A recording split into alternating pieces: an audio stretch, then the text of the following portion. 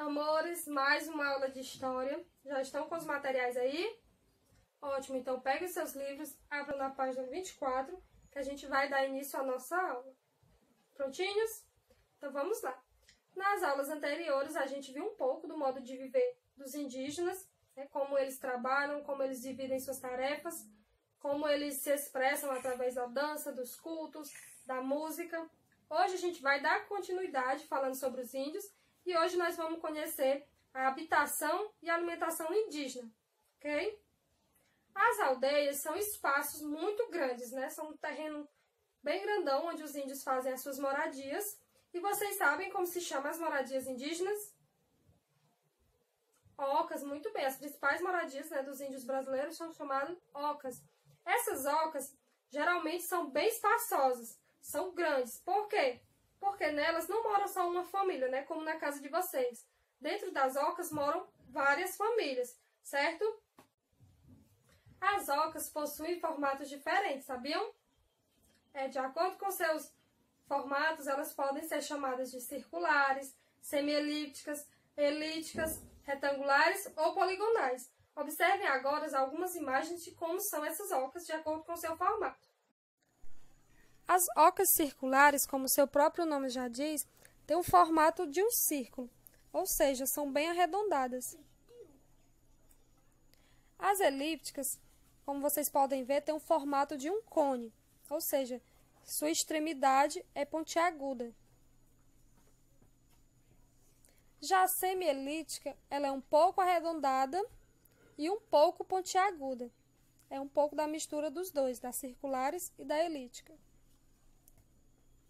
As retangulares são bem parecidas com as nossas casas de hoje, né? E sua base é um formato de um retângulo. As poligonais, elas têm a forma parecida com a de um trapézio, por isso que recebe esse nome de poligonal, como vocês podem ver na imagem. A organização e o formato de cada oca dentro das aldeias vai depender muito dos costumes e a tradição de cada tribo. Os materiais que os índios utilizam para construir as suas ocas são materiais que estão sempre disponíveis perto deles, como madeira, palhas, folhas, cipós. E esses materiais, com o tempo, eles acabam se deteriorando, ou seja, não duram muito tempo, o que faz com que as ocas acabem se desmanchando, né, caindo. E aí, durante a sua vida, o índio passa muito tempo ajudando outras tribos a construir suas ocas. Ou seja, a sua vida dura mais do que a sua própria moradia, ok? Agora, vamos estudar um pouco sobre a alimentação indígena. Animais como peixes, antas, capivaras e mariscos fazem parte do cardápio da tribo. Já os frutos mais comuns são mamão, araçá e caju. Do caju ainda aproveitam a castanha na preparação de diversos pratos.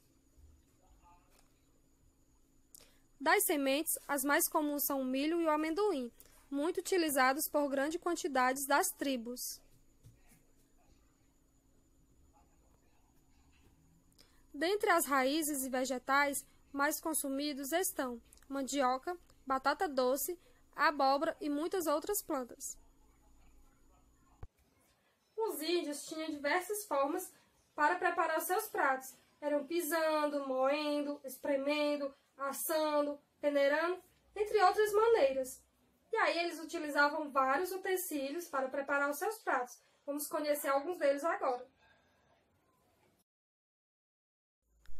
Muitos utensílios são utilizados na preparação dos alimentos.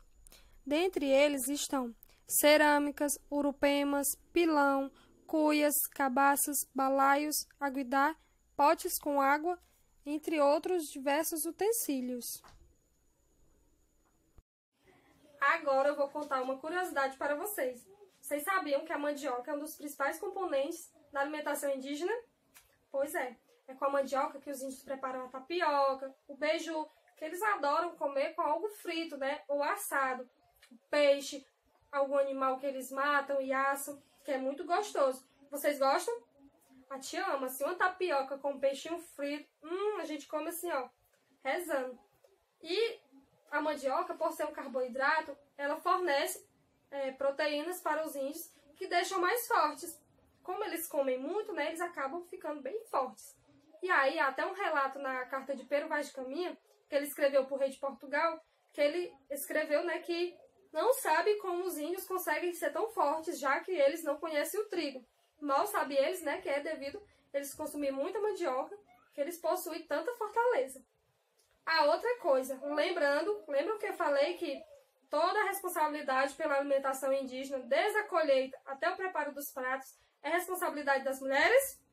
Muito bem. Agora que a gente já conhece um pouco da habitação indígena e da sua alimentação, a gente vai fazer nossa atividade, ok? Coloquem de novo o livro de vocês na página 24, que a nossa atividade vai começar. Vou explicar para vocês agora o que vocês devem fazer, certo? Na primeira questão, no lado B da página 24, diz assim, ó, preencha as lacunas das atividades a seguir de maneira que tenha um sentido completo. Vocês podem ler no texto que a gente estudou, né, algumas palavras que combinem com o restante da frase. Na segunda questão, observem as imagens a seguir e façam um registro sobre as diferentes formas de organização das ocas nas aldeias. Okay? Vocês vão observar como são essas ocas, de acordo com o formato, qualquer coisa podem dar uma pesquisada e escrever, tá certo? Aí vão virar a página 25 agora. Tem um diagrama na terceira questão, ou caça-palavras, como preferirem, e vocês vão pesquisar e circular quais as formas que as ocas podem ter. Lembra que a tia falou? Qualquer coisa, voltem no vídeo, assistam novamente que tem todas as formas lá que as ocas podem ser. Na quarta questão, vocês vão escrever uma resposta para cada uma das perguntinhas. Letra A. As aldeias são espaços que buscam o quê? Vocês vão responder. O que é muito importante para a vida dos indígenas? Na letra B, vocês respondem. Letra C. Os indígenas têm consciência de que, em relação à natureza? Lá no livro tem essa resposta, tá certo? Na letra D, como a natureza é vista pelos indígenas? E na letra E, a natureza faz parte de quê? Vocês podem pesquisar também na internet, se não encontrar essas respostas, mas no livro eu creio que vocês vão encontrar. Na quinta questão, uma pesquisa, né? Vocês vão pesquisar e escrever exemplos de como o indígena respeita a natureza. Tá? Não precisa ser muita coisa, mas que a gente possa entender. Na sexta questão, vocês vão marcar apenas as fotos que correspondem aos materiais utilizados na habitação dos índios. O que é que eles usam para fazer as ocas, ok?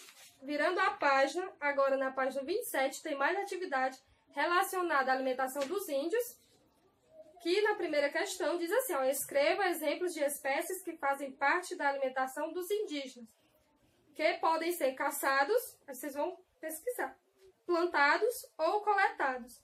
Na segunda questão, vocês vão criar um texto que fala da influência dessas iguarias em nossa alimentação, né?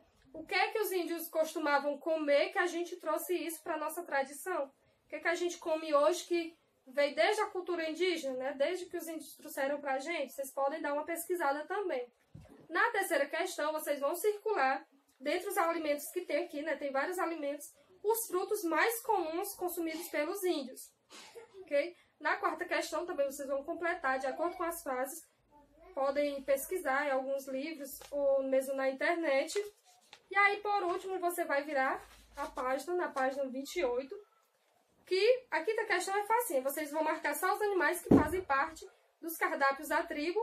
E, por último, observar imagens e escrever diversas formas de preparação dos pratos feitos pelos índios. Lembram que eu falei que eles peneiravam, eles assavam? Lembram? Então, qualquer coisa, voltem no vídeo para responder a sétima questão.